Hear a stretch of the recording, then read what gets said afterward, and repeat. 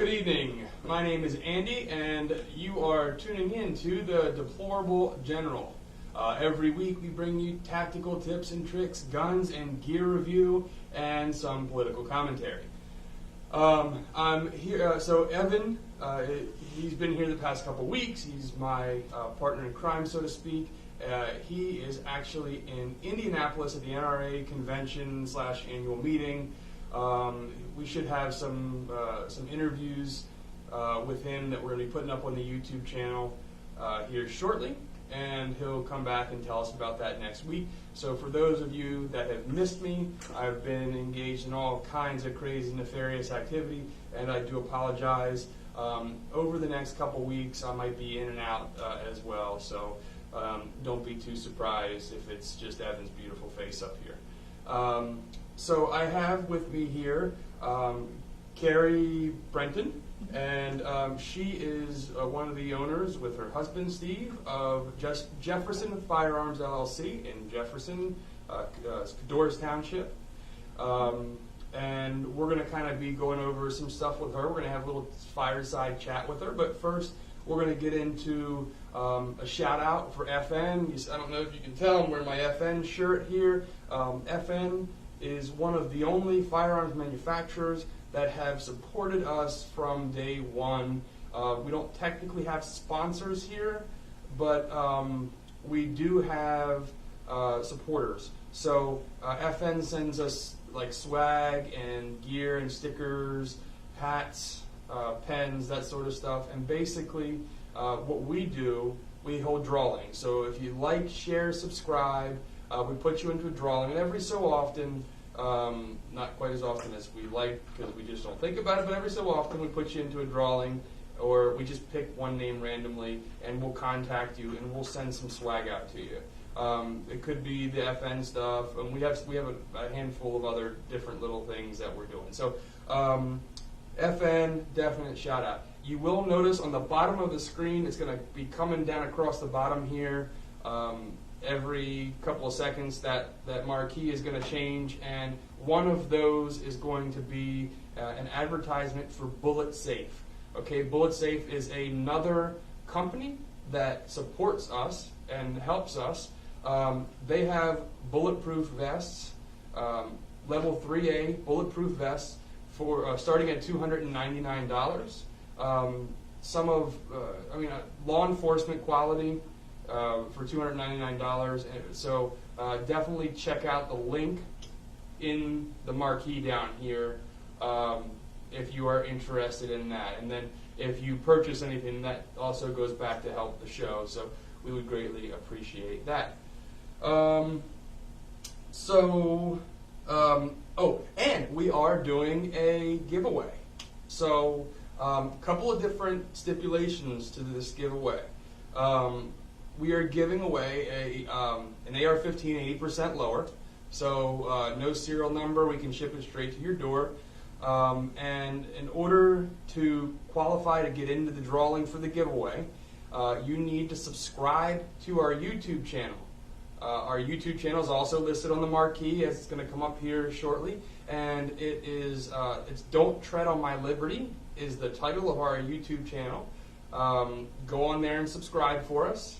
And also go on to our Facebook page, Tactical, and like that for us. If you do both of those things, screenshot that you subscribe to YouTube and send it to me at Tactical. I will enter you into a drawing, and we will be sending out by Wednesday of next week. I will announce who won the drawing, and on Thursday I will send that 80% lower out to you. Free of charge, just for liking our Tactical Facebook page and subscribing to our YouTube channel, Don't Tread on My Liberty. If you have a problem finding the YouTube page, just go ahead and search the Deplorable General, and pictures of past episodes will come up. You can just click on it and then subscribe to our YouTube channel from one of those videos. But it's Don't Tread on My Liberty again. So, couple of news items that I kind of wanted to just bring up. The first one is that there has been a proposed bill that would basically permit those licensed for medical marijuana to own a firearm. So this has been a big issue, so to speak, since we've been seeing more and more states legalizing medical marijuana. It's something like 33 states currently recognize medical marijuana. Now, technically, you can own a firearm with a medical marijuana card, but you cannot purchase a new firearm, and that's something that Carrie can maybe shed a little bit of light on here as we go into it. But this bill, proposed by West Virginia U.S. Representative Republican Alexander Mooney, he introduced House Bill 2071, dubbed the Second Amendment Protection Act, which provides an exemption for medical marijuana users from federal firearm prohibition laws. So that's kind of cool. Personally, it's something I'm hugely in favor of. I'm a veteran myself, and I'm a huge proponent of things that help people in general, but I think that this issue is a hot-button issue for veterans that suffer from PTSD and all kinds of other things that the VA typically prescribes, a myriad of different psychotropic drugs that usually the number one side effect is suicide. The number one side effect of marijuana is like eating too much, maybe being too happy. So this, if this were to go through, then it would allow everybody participating in the medical marijuana programs to still be able to obtain a new firearm if it goes through. Now, that doesn't cover recreational use, of course, so it's not perfect, but it's a step in the right direction. I would like to see something like this pass, so just keep an eye on it, guys. I don't know if it's going to go anywhere or not, but the next kind of news item is the bump stock ban. So this was a topic that we had talked about months and months ago, and so basically where we're at right now, Gun Owners of America is the one who's fighting this. So go on gunownersofamerica.com, support them, join them, a great organization. They actually they applied for a stay on the law about a month ago, which is when the bump stock ban went into effect. So if you currently own one, it's technically illegal. So about a month ago, they applied for the stay and it got denied. So that means that as of about a month ago, it is illegal. And if you got caught with it, you get in trouble. So don't take it out anywhere, and don't call anybody. Don't tell anybody that you have it. If I were to recommend, I would say the prudent person, the prudent law-abiding citizen, would probably get rid of their illegal contraband. Do with what you want. But in about a month, it is supposed to be seen, the appeal is actually supposed to be seen at the Sixth Circuit Court in Michigan. So that's where the initial arguments are going to be pleaded before the court in Michigan, before the Sixth Circuit Federal Court, and hopefully we'll see where that goes. It's really up in the air at this point. But one thing to kind of take note is that there was no congressional action. This wasn't a bill that was approved by Congress and then pushed through. This was the signing, the stroke of an ATF pen, an administrative action by the ATF. It's important because it sets a precedent that who can make those judgment calls in the future. Just for instance, California Senator Kamala Harris, she's a Democrat, one of like 300 candidates for president from the Democratic Party. She says that if she gets elected, that she will enact a series of executive actions if Congress didn't pass laws that she wants to see passed within the first 100 days. Okay, so that's an executive order is what she's talking about. She said if Congress doesn't pass laws that she wants to see within 100 days, stroke of a pen, just like the ATF. If the ATF can do it, why can't the president, right? That's kind of the precedent that's being set here. So that's why it's important. Pay attention to it.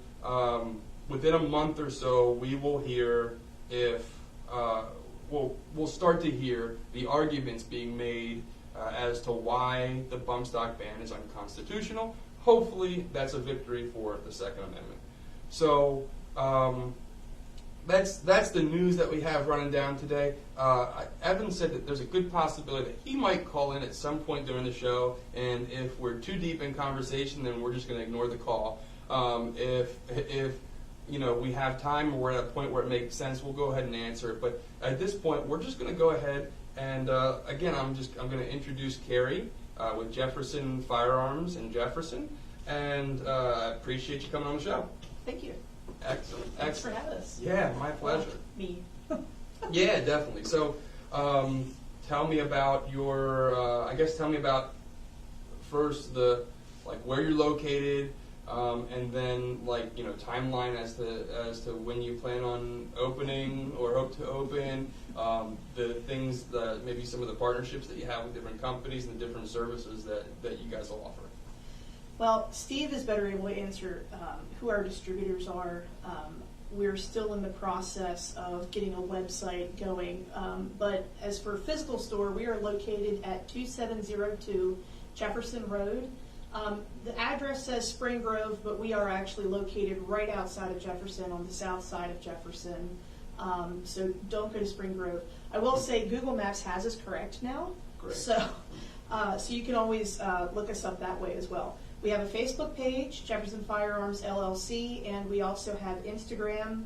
And since I do that, it sometimes gets looked at and sometimes not. So I also am the primary caregiver for our two sons because Steve's a truck driver and he's home mostly evenings.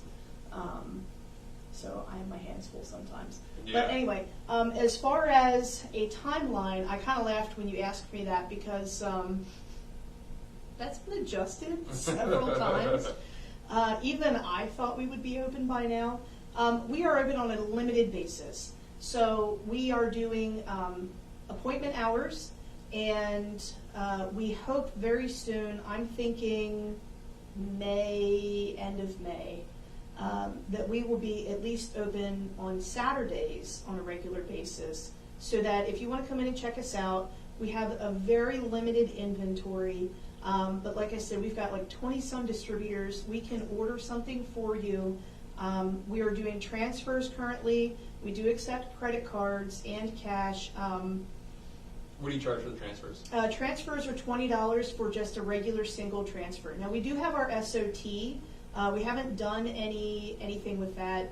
We haven't had any interest, but we also only have about 5 customers right now, right, because we're so limited in what we can do.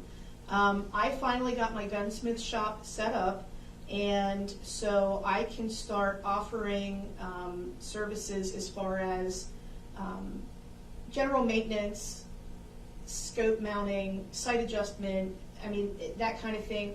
Pretty much, I will not do bluing because of the chemicals that are involved. The store and shop is in what used to be our garage, and my boys' room is right above my shop. Yeah. And I really don't, the chemicals that I was using for the project that we'll show later, that is enough. Yeah. I don't want the other stuff, besides the fact that we're really kind of limited on space. And to do bluing correctly, you have to have a furnace, right, and the facilities just, we don't have them. Mm-hmm. But like I said, we do maintenance, cleaning, yeah. Yeah, excellent. Well, so that's the cleaning part is something that I feel like a lot of people should think about and consider. I know I have a lot of gun-owning friends that they go out and they shoot and they're just too lazy, or they don't know how to clean their guns or whatever. And I for quite a long time before I really got familiar with my firearms and took it serious, I had an AK-47 chambered in .223, and I never cleaned it because I figured it was an AK. I don't need to clean it, and so I didn't clean it for several thousand rounds. and I went to the range over in Dillsburg, up on 74, and I'm sitting there shooting it, and all of a sudden, I pull the trigger, and it's like, pop, pop, pop, pop, pop. And I was like, and everybody, the range was packed, the whole line, and everybody stops, and they like look over at me, and I was like, it's not full auto, I promise. And so, single shots, pop, pop, pop, 4 or 5 rounds later, pop, pop, pop, pop, and I was like, okay, that's I'm gonna put that away now. Well, there's so much buildup, so much carbon buildup inside of it that I guess it wouldn't allow the sear to engage. So, and it would just 3-4 round bursts.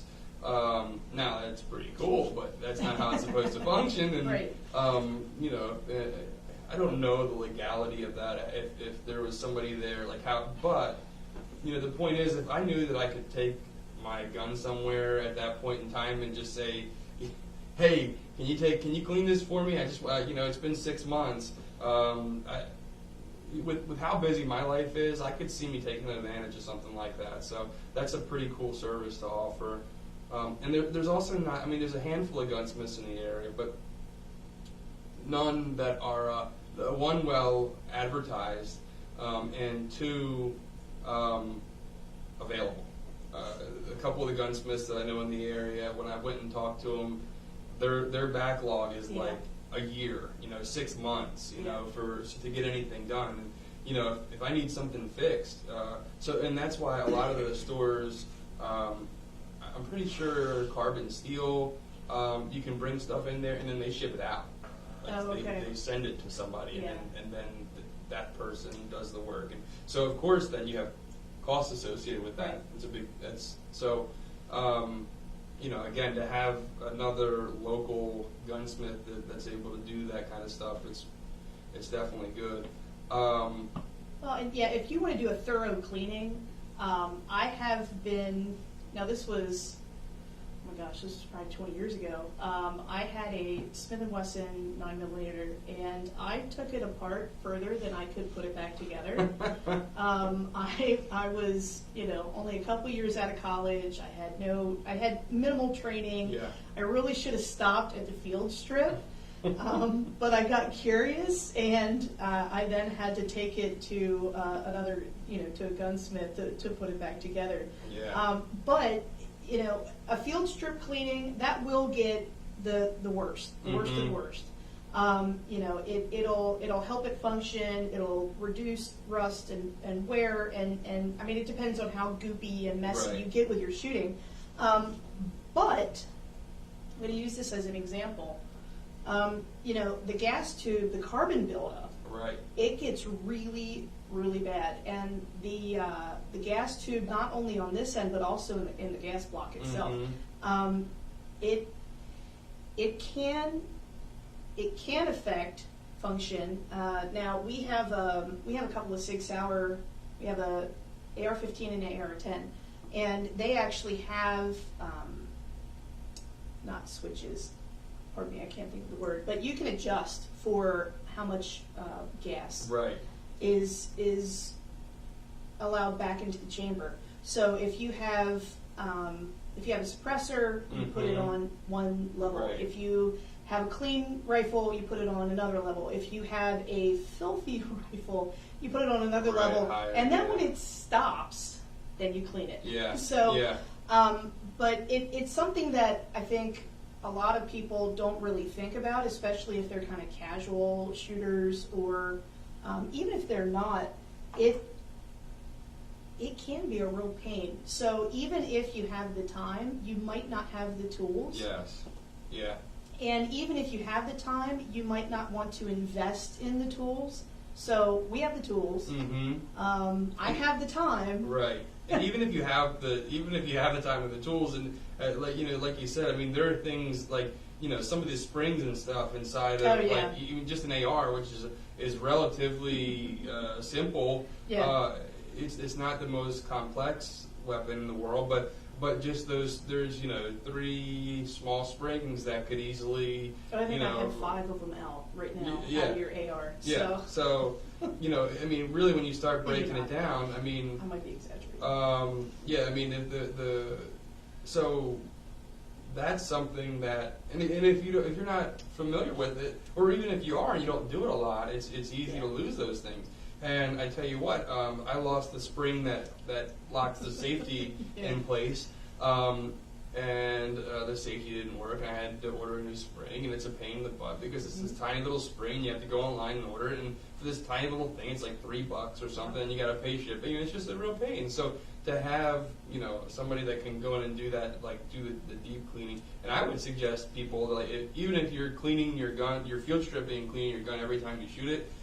If you don't have the tools or the know-how to completely break it down, take it over here and have them do a full deep down cleaning. At least maybe once a year, just to make sure that it's running properly. These guns work off of tolerances, so every bit of extra stuff that's caked onto different parts is going to affect the tolerance. Some guns handle it better than others, like AKs and Glocks probably handle it a little bit better than like ARs and SIGs or HKs. But at the end of the day, though, maybe once a year, if you haven't done it, it's a good idea to take inventory and look at what you have and bring it over here to Jefferson and have them do that. Well, and the other thing I was going to say too, if you don't use it often and it sits and it collects dust, and you have like a little bit of oil or grease depending, and that dust will gum up and create a problem. So even if you're not using it much, sometimes it's good just to get a cleaning done and blow some rounds through it. And I don't use proper cleaning materials when I clean. I mean, after the range, I'm hitting it with brake cleaner, and I'm putting some rem oil on it, and that's about the extent of my after range cleaning. Especially the AR, I pop the pin, brake cleaner inside of it. Maybe I'll run a swab down through it, but that's I don't get too. And most of my friends are. I got the brake cleaner idea from somebody. It does work. I have actually used it before when I forget what I was working on. Yeah. It was stuck. Yeah. I mean, it was not coming undone. And because Steve's a truck driver, we have brake cleaner. Right. I have used that, but the proper. I tend to prefer hobbies. Yeah. I can't remember. It looks like a Spartan. Maybe it is called Spartan, but they've got a carbon destroyer that is excellent. Yeah. And there's a few other things that I will use depending what's working, what's not working, if it's nice out, because right now I will take it outside and just spray the living stuff out of it. Yep. But for me, I've been using hobbies for 20 years. Yeah. It's tried and true. Yeah, it's my favorite too. So you mentioned limited inventory. What do you guys do for consignments? Do you have? We haven't done any consignments. We're kind of waiting until the store is actually open. Yeah. And we were hoping to wait on consignments until we're actually making money. Right. But I guess it really depends on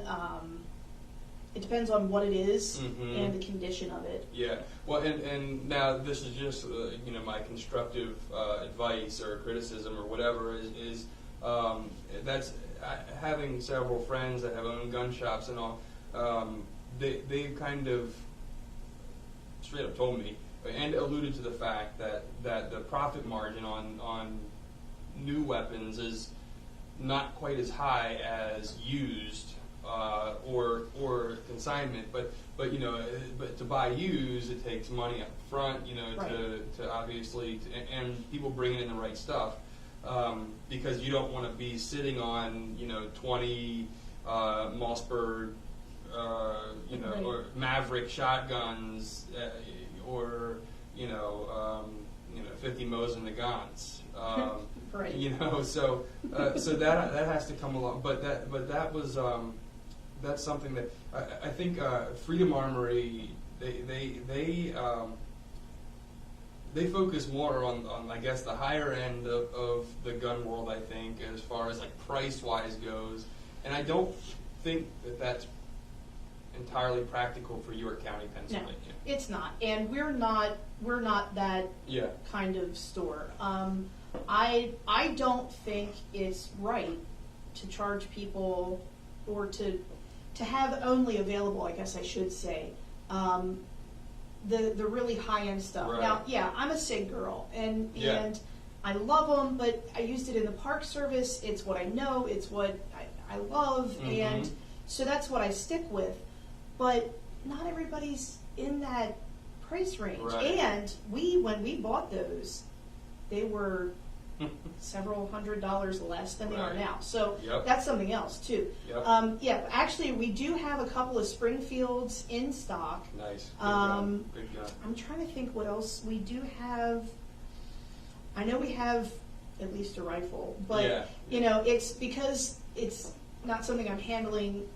It's not on the top of my my head, but I do know, like I said, we have, I think, 5 Springfields that we do have in our inventory. Nice. We have military surplus, so like knee pads, elbow pads, bayonets. You know, we think you should not have to spend an arm and a leg to set up your kit. Right. You know, if you have that kind of money, we're happy to take it. Yeah. However, it's not. You're right. It's not practical. Yeah. It's not. Yeah. Southern York County is.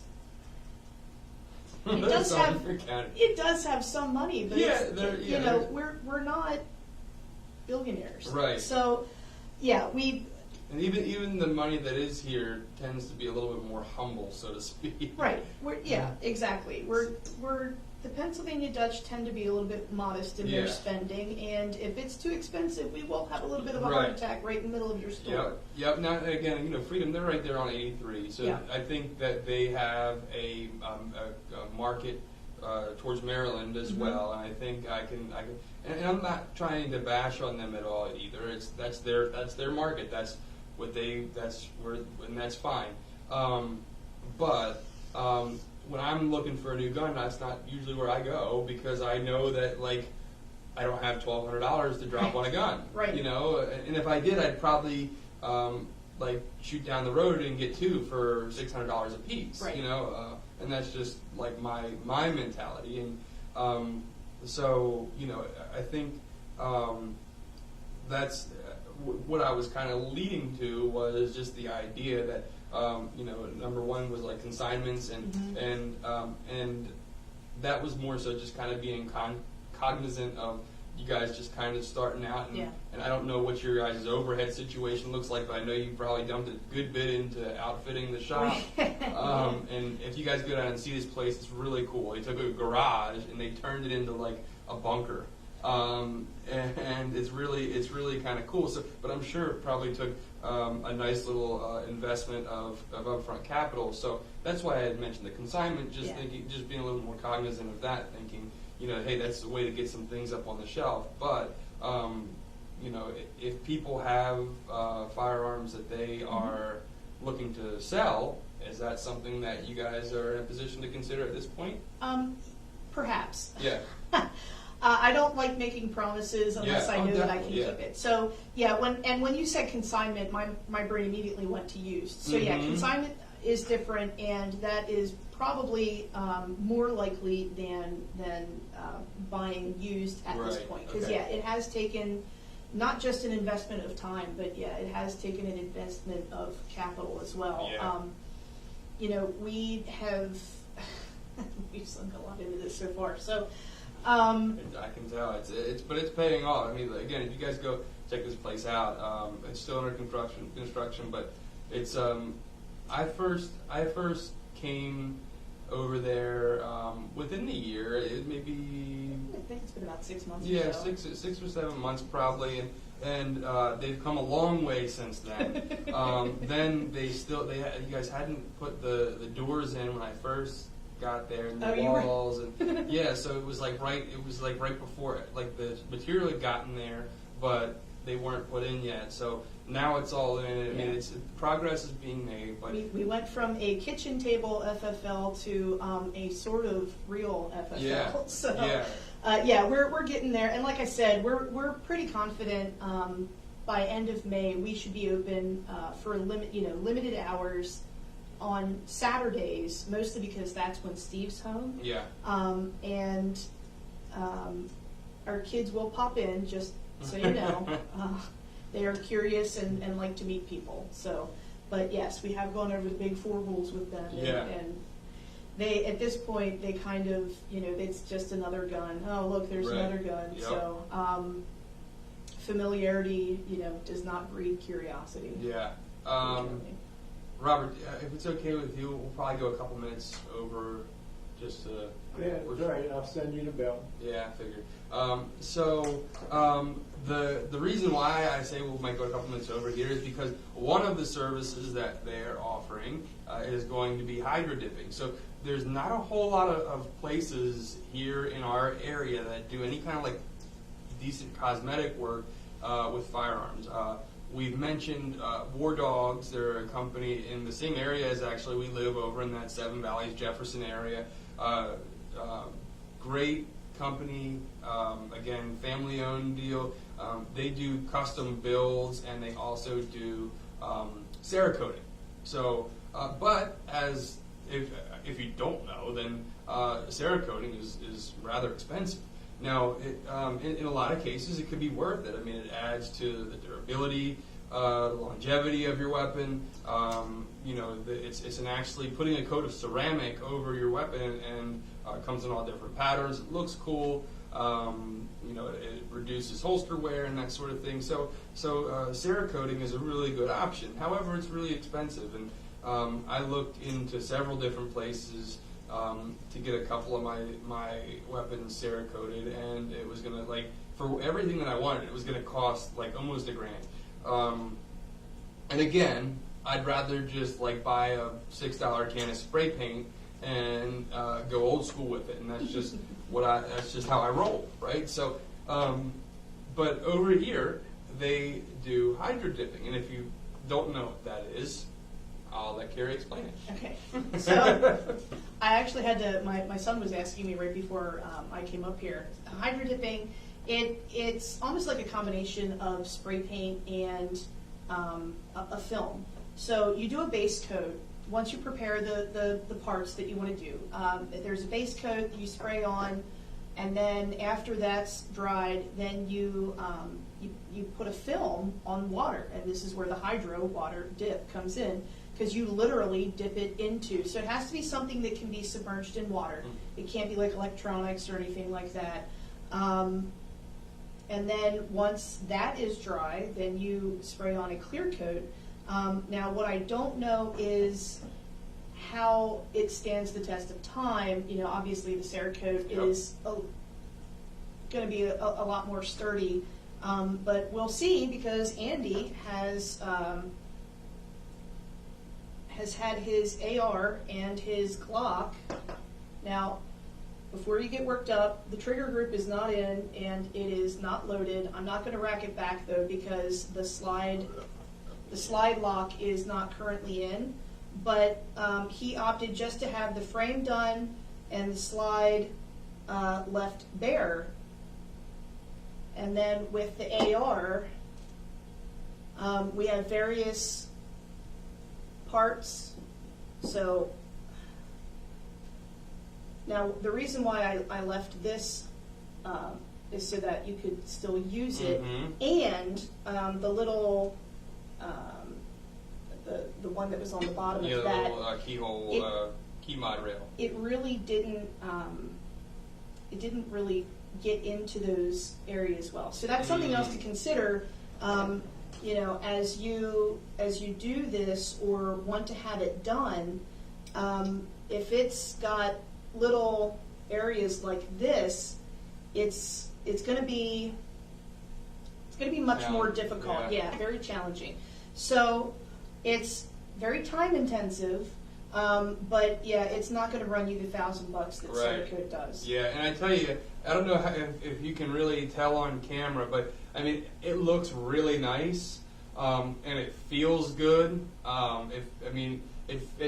With paint, you can definitely feel paint. With this, it feels like it's just naturally part of the surface again. So what now? Everything that I've read about hydrodipping is that it holds up to your typical gun solvents like hoppies, but I'm sure if you probably put mineral spirits or something on it, that it would probably start eating away at it, or like acid or something like that. It might, but from what I've read, it's pretty durable to most solvents, and like I said, it looks really good. So this will be a service then offered, and then I assume pricing will be based off of the size and the scope and the amount of time that it takes for you to do it. But guys, it looks really good. I'm super excited about it. And what my idea was to have a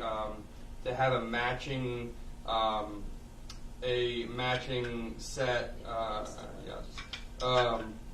Glock and AR. And so I opted for my Glock 17. Again, it looks really nice. I'm really excited about it. To get together, to have them. I'm going to take some pictures and kind of do a photo op. I don't know. I might throw on something skimpy and show a little leg.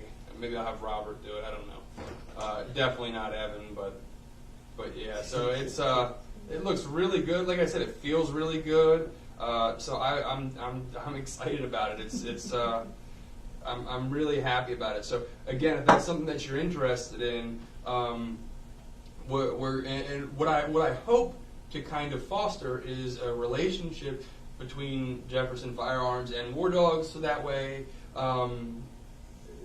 businesses kind of bounce back and forth when people need it. Some people are a lot more cost conscious, and they want a good-looking yet durable option to cosmetically alter their firearm. And some people say, "Look, I don't care how much it costs. I want to get a Cerakote. That's fine too. That's all great." So hopefully, I can kind of get those two companies together, and you guys can work together on that, and have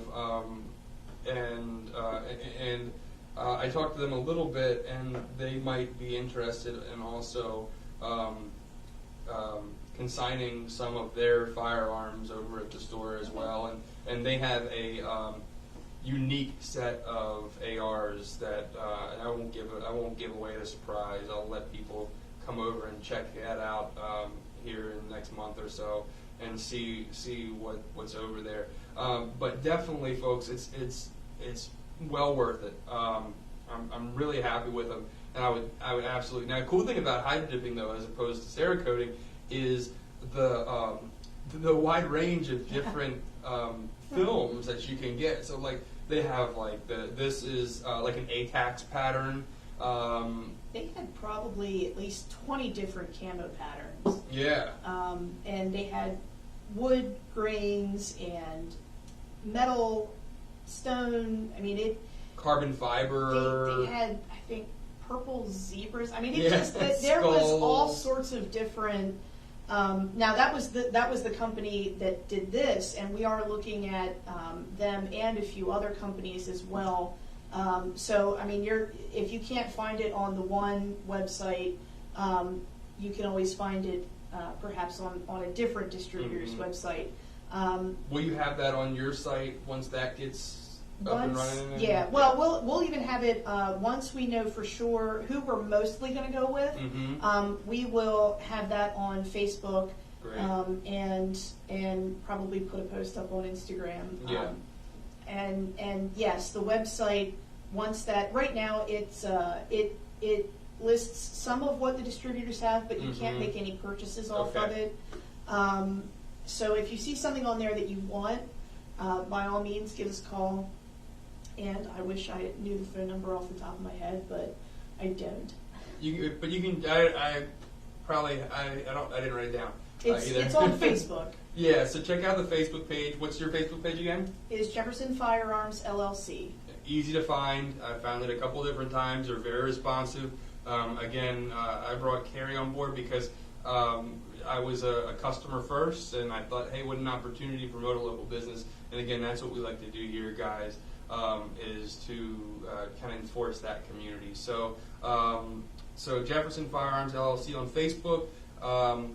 I would say before you head over to the store that you might look up on Google, go on to the Facebook page, get the phone number, reach out to them on Facebook, give them a call. Again, limited hours, basically by appointment at this point. Right now we're only by appointment, but I'm available most of the time during the day. Yeah. Once the boys are off the bus, all bets are off. But Right. Usually from 9 to 3, even if it's like a last minute thing, I'm usually there. Great. So if you call the business number, and you can Google search us as well. Okay. And if I answer, obviously, I'm there. Yeah, perfect. So go ahead and check them out, guys. Again, check Jefferson Firearms LLC. Like us on Facebook, Tactful Tactical. Like their page, Jefferson Firearms LLC as well. Go ahead and subscribe to us on YouTube. Don't tread on my liberty, or just search the Deplorable General. Carrie, thank you for coming out. It's a really good show, and hopefully we can start driving some business your guys' way. Thanks for having us. Absolutely. Oh, my name's Andy. This is the Deplorable General. Over and out.